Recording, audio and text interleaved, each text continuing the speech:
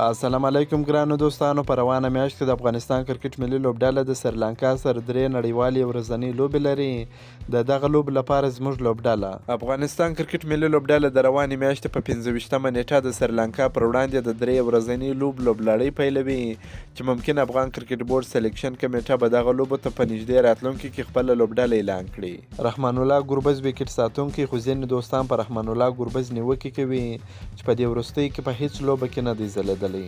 د پر ځای باندې باید شهزاد محمدي ته چانس ورکول سي، ځکه شهزاد محمدي په فرست کلاس سیالیو کې ډیر ښه ځلیږي.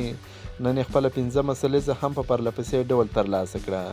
ډیری دوستان دا غوښتنه کوي چې په دې سیریز کې د شهزاد محمدي ته چانس ورکول سي. ابراهیم زدران، ریاض حسن، عثمان غني، رحمت شاه زرمتی مرستیال کپتان، حشمت الله شهیدي کپتان، نجیب الله زدران، د ګلبدین نایب پر ځای باندې باید اکرام الخیل ته چانس ورکول سي، ځکه اکرام الخیل وکټ کیپر بیټسمین دی. یو خو په وکټ کیپینګ کې هم په ښه راسي، دویم هغه بیټسمین دی. افغانستان همیشه په بیټینګ کې د ستونزو سره مخامخ دی. په بالینګ کې یو څه کوشش کیږي، بالران سته، خو په بیټینګ کې افغانستان همیشه د ستونزو سره مخامخ دی.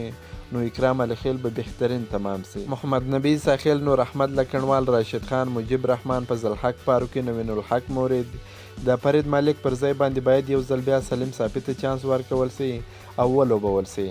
د سلیم صافي سره ډیر زیات ظلم کیږي، نه په نړیوال جام کې ورته د لوبو کولو چانس ورکول سو او نه د زمبابوې پر وړاندې په سیریز کې د لوبو کولو چانس ورته ورکړل سو. باید په دې سیریز کې هم واخیستل سي او د لوبو کولو چانس ورکول سي.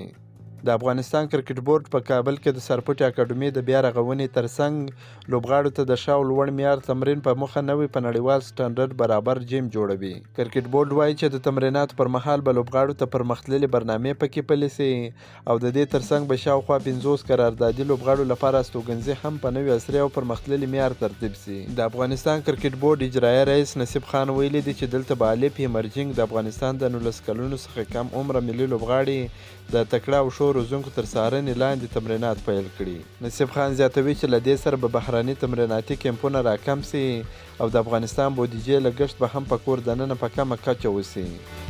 میرویس اشرف د کرکټ نړیوالې شورا د بورډ غړو ناسته کې د ګډون په مخه استرالیا ته روان سو. د افغانستان کرکټ بورډ عمومي رئیس ښاغلی میرویس اشرف نن د کرکټ نړیوالې شورا د بورډ غړو په ناسته کې د ګډون په مخه له کابل څخه استرالیا ته سفر وکړ.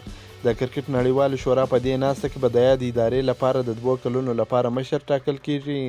ښاغلی اشرف هم د رای ورکولو حق لري او خپله رای به وکاروي. که مو دا ویډیو خوښه سوې در سره لایک کړئ، که په دې چینل کې نوی چینل هم در سره سبسکرایب کړئ.